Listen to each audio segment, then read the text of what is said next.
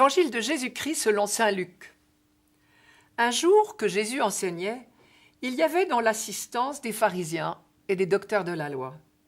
Ils étaient venus de tous les villages de Galilée et de Judée, ainsi que de Jérusalem.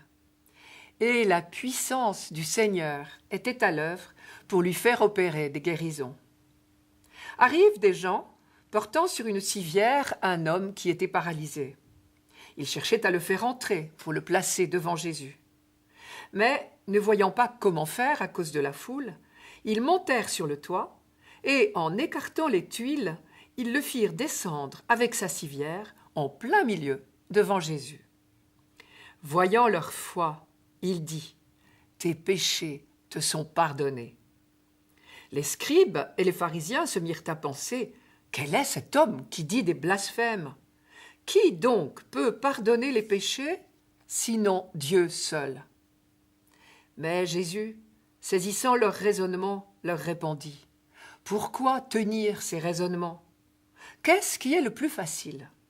De dire « Tes péchés te sont pardonnés » ou bien de dire « Lève-toi et marche ». Eh bien, pour que vous sachiez que le Fils de l'homme a sur terre le pouvoir de pardonner les péchés, je te l'ordonne, dit-il au paralysé, lève-toi, prends ta civière et retourne chez toi. À l'instant même, celui-ci se leva de devant eux, il prit ce qui lui servait de lit et s'en alla chez lui en rendant gloire à Dieu. Tous furent saisis de stupeur et ils rendaient gloire à Dieu.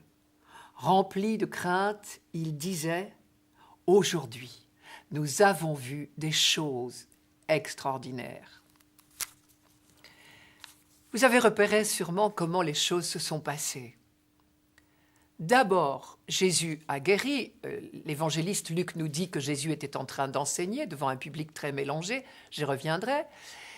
Il guérit, et il ne guérit pas d'abord. Il annonce à ce paralysé, parce que tout cet effort a été fait par lui et par ses compagnons pour absolument l'amener devant Jésus, à qui ils font confiance. Et justement, l'évangéliste nous dit, voyant leur foi, c'est-à-dire leur confiance, leur élan vers Dieu, leur attente, leur demande, leur supplication, eh bien, voyant leur foi, il dit « tes péchés sont pardonnés ».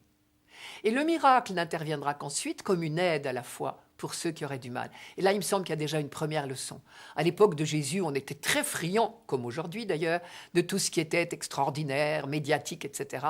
Or, les évangiles ne racontent pas tellement de miracles en proportion, mais toujours quand ils en racontent, ils s'arrangent, les évangélistes, pour nous dire c'est la puissance de Dieu qui est à l'œuvre. Là, Luc le dit clairement, c'est la puissance de Dieu qui est à l'œuvre. Mais ce qui compte, c'est parce que quand les hommes ont la foi, alors ils sont dans la grâce de Dieu. Leurs péchés sont pardonnés. Je disais en commençant que le public était très mélangé. Oui, c'est intéressant de voir qu'on est au début de la vie publique de Jésus et face à lui, il y a des humbles, des pauvres, des malheureux, des malades, des paralytiques et aussi des scribes et des pharisiens, des hommes, des autorités.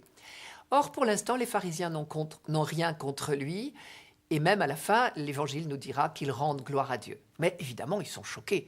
Ils pardonnent, ils prétendent pardonner. Vous savez, ils ont raison d'être choqués. C'est tout à fait normal. Les hommes de l'Ancien Testament savaient bien que Dieu pardonne.